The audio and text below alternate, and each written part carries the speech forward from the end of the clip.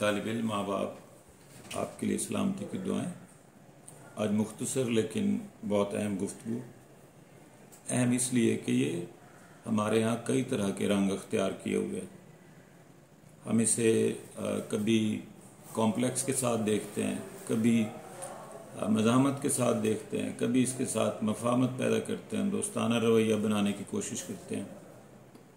और इस सारी जो पसो पेश है, जो कोशिश है, वो हमें इल्म की जो हकीकी सूरत हाल है उससे दूर ले जाती है। ये बात जहन में रखने की है कि इल्म ना आपसे किसी तासुब का तकाजा करता है, ना किसी दोस्ती का तकाजा करता है। ये एक तवाज़ुन के साथ आगे बढ़ने का नाम है।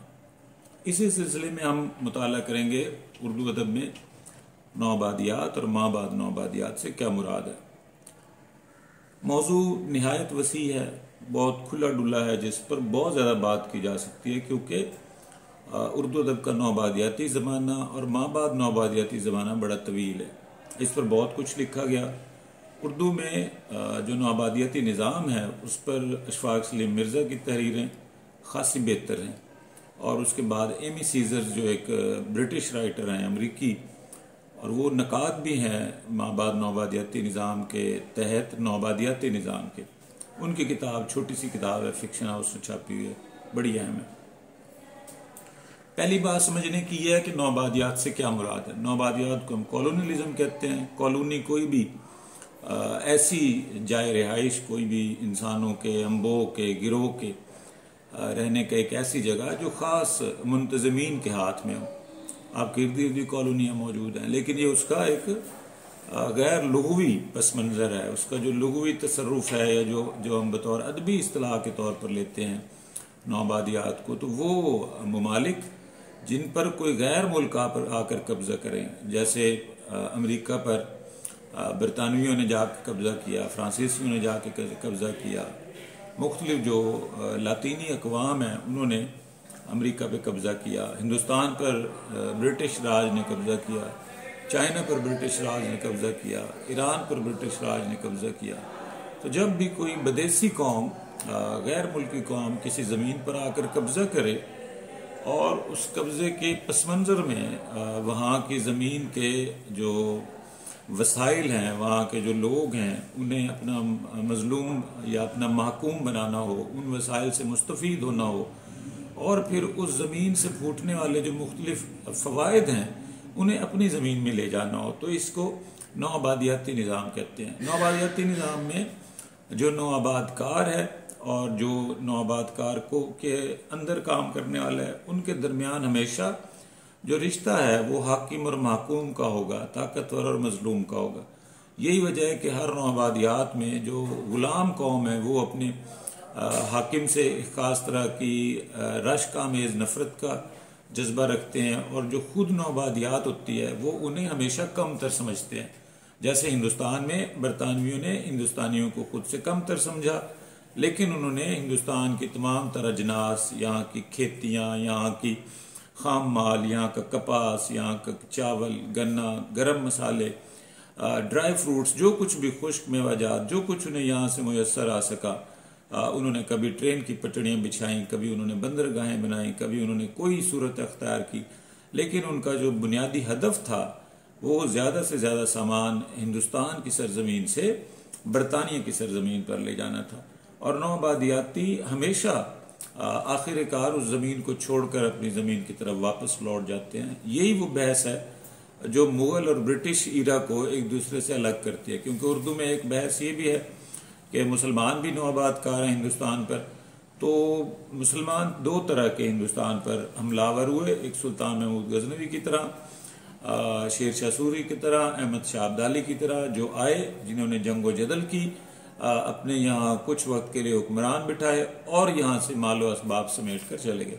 हम इन्हें लुटेरे भी कह सकते हैं, हम इन्हें वक्ती फाते भी कह सकते हैं, हम इन्हें जो जंग के मुआशी पस मंज़र होते हैं उस तनाज़ुर में भी ले सकते हैं। लेकिन ये एक हकीकत है कि मुग़लों से पहले इनमें से कोई भी हुक्मरान एक तवील अरसे के लिए यहाँ अपने कदम नहीं जमा सका। और मुग़लों की हद तक कि मुग़ल यकीनन तुर्क थे, ईरानी थे, लेकिन हिंदुस्तान में अपने कदम जमाने के बाद उनका ताल्लुक तुर्की और ईरान के साथ कट गया। अगर किसी का ये दावा है कि औलाद बाबर ने या जो तैमूरी खून है उसने हिंदुस्तान की दौलत तुर्की मुंतकिल की है या ईरान मुंतकिल किया है या खाम माल वहाँ भेजा है, तो उसको यकीनन इस तरह के जो आदाद शुमार है वो आम आदमी के सामने लाने चाहिए। इसके बरक्स मुगलों ने इसी घर को अपनी सरजमीन बनाया, यहीं पर वो इसके बाद रहे, और अंग्रेज़ों ने भी उन्हें भूटान बेदखल किया, कत्लो गारत की। और जो उनके कोई ख़ानदान के अफराद बच गए वो छुप छुपा के बहुत ही बुरे हालात में उन्होंने बाद में ज़िंदगी गुजारी, और ख़ुद बादशाह को भूटान मुंतकिल कर दिया गया। हत्ता कि बादशाह के करीब तरीन दोस्त और बड़े खैर खा जो आज भी हमारे हीरो के तौर पर गिने जाते हैं, उन्होंने कभी बाद में कोई ऐसी कोशिश नहीं की जो बहादुर शाह जफर की किसी सतह पर तौकीर या तकरीम की बहाली का बायस बन सके, एक नामो निशान की हद तक भी। तो मुगल हमारे नौआबादकार नहीं थे। हिंदुस्तान पर हकीकी तौर पर जो जदीद नौआबादकारी है वो 17वीं सदी के साथ ही अंग्रेज़ की आमद से होती है। इब्तदान सिर्फ अंग्रेज़ नहीं आते, यहाँ फ्रांसीसी भी आते हैं, यहाँ हर खित्ता ज़मीन के हिस्पानवी भी आते हैं, लातीनी भी आते हैं, और ये आपस में भी जंगे करते हैं साहिली इलाकों पर। और अंग्रेज़ ज़्यादातर सवाहिल से हिंदुस्तान पर आए और फिर आखिरकार उन्होंने 1757 में जंग प्लासी की जीत के साथ यहाँ पर अपनी नौआबादियात को बाकायदा कायम किया। 1799 में टीपू की शहादत के साथ उनकी नौआबादियात मुस्तहकम हुई और उनके जो नज़रियात थे वो ज़्यादा तेज़ी के साथ फैलने लगे। उन्होंने फोर्ट विलियम कॉलेज बनाया, उन्होंने उसके बाद यहाँ पर लॉर्ड मैकाले की तालीमी पॉलिसी को नाफिज किया। उन्होंने आगे बढ़कर यहाँ 1857 का जो गदर है उसके दौरान पूरे हिंदुस्तान पर कब्जा किया। गो 1857 के बाद भी कुछ हिस्से ऐसे थे जो ब्रिटिश ईरा या ईस्ट इंडिया कंपनी का हिस्सा नहीं थे। हालांकि 1857 में खुद ईस्ट इंडिया कंपनी भी ख़त्म हो गई और 1837 में जो तख्त शाही है उस पर विराजमान होने वाली बल्कि ब्रितानिया ने हिंदुस्तान पर अपना ताज लहराया और वो यहाँ की मलका विक्टोरिया ही कहलाई। लेकिन हिंदुस्तान में जो नौआबादियात की बुनियाद है वो ईस्ट इंडिया कंपनी ने डाली। ईस्ट इंडिया कंपनी हिंदुस्तान में 1613 में आई, 1610 में ये अमेरिका गई। फ़र्क ये था कि उन्होंने अमेरिका को अपनी नौआबादियात नहीं बनाया और हिंदुस्तान को अपनी नौआबादियात बनाया। अब जो तालिब इल्म या जो दानिश्वर इसमें कन्फ्यूजन रखते हैं वो अमेरिका और हिंदुस्तान के रिहाइश या वहाँ के तर्ज ज़िंदगी, वहाँ की सूरत हाल, वहाँ के सियासी निज़ाम और हिंदुस्तान के सियासी निज़ाम के बाहमी तकाबुल से देख सकते हैं कि नौआबादियात के असरात किस तरह के होते हैं और आज़ाद कॉलोनी के असरात किस तरह के होते हैं। यहाँ चूँकि कॉलोनी कॉलोनीलाइज्ड की तरफ से चलाई जा रही थी और वहाँ कॉलोनी जिन लोगों ने बनाई उन्होंने उस कॉलोनी को ओन कर लिया, अपना समझ लिया।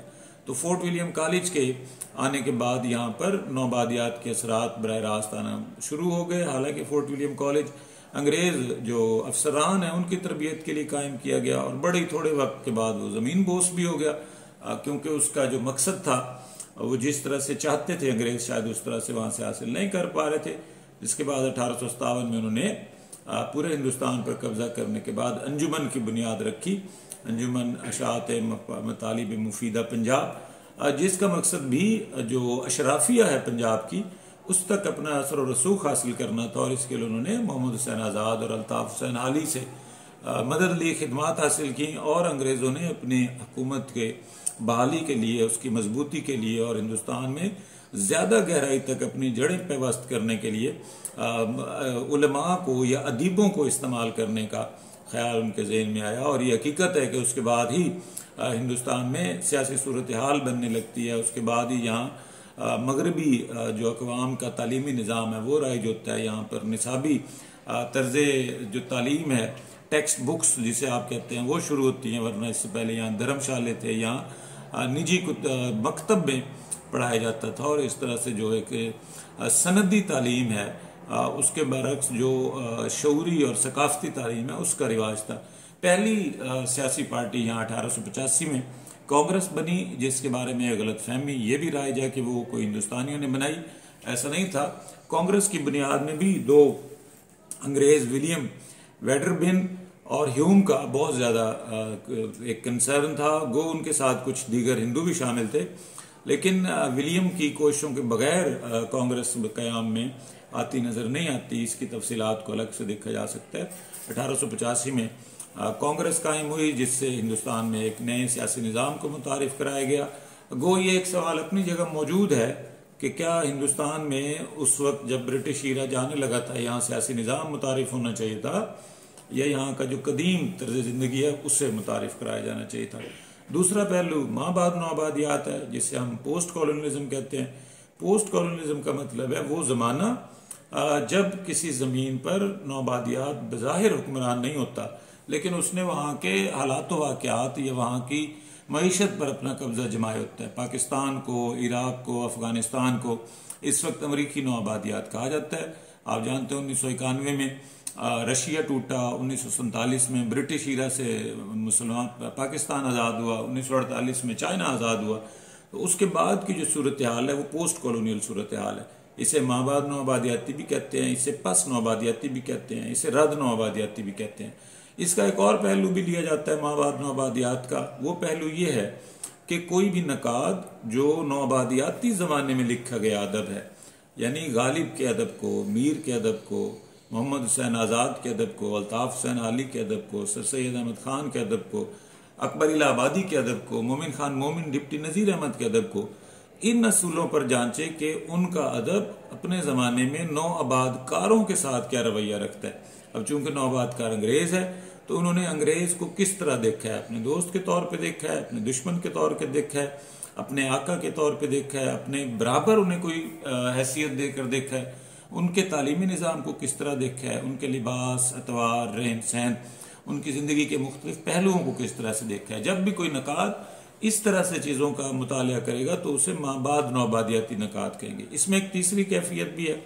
उसमें यह कहा जाता है कि जब भी कोई शख्स किसी कॉलोनी के बारे में शऊर हासिल कर लेता है, उससे ये तय हो जाता है कि वो कॉलोनी है, तो इस शऊर के साथ ही वो पोस्ट कॉलोनियल हो जाता है। मेरी राय में, हमारी राय में तीसरी तफहीम सबसे कमज़ोर है, क्योंकि कॉलोनी का शऊर तो कॉलोनी के दरमियान भी हिंदुस्तान में मौजूद था, चाइना में भी मौजूद था, आज अफगानिस्तान में भी मौजूद है, लेकिन उनकी तमाम पर कोशिशें कॉलोनियल पर काबू नहीं पा सकती या उसकी पॉलिसी को बिल्कुल ख़त्म नहीं कर सकती।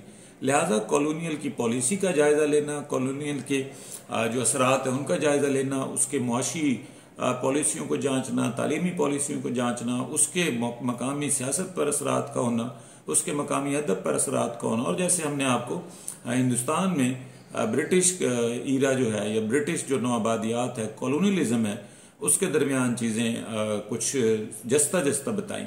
इस हवाले से कोई भी तालिब इल्म अगर कोई खुसूसी मुतालिया चाहता हो, कोई अंजुमन पंजाब के हवाले से चाहता हो, कोई सियासी हवाले से चाहता हो, कोई हमारे यहाँ नज़्म के या अफसाने के या नावल के फ़रोग में नौआबादियाती निज़ाम को देखना चाहता हो, या पोस्ट मॉडर्न जो है या पोस्ट कॉलोनियल जो ईरा है जिसे हम पस नौआबादियाती कह रहे हैं, इस हवाले से जानना चाहता हो तो आप हमसे सवाल कर सकते हैं। आप सबका बहुत शुक्रिया। अल्लाह हाफ़िज़।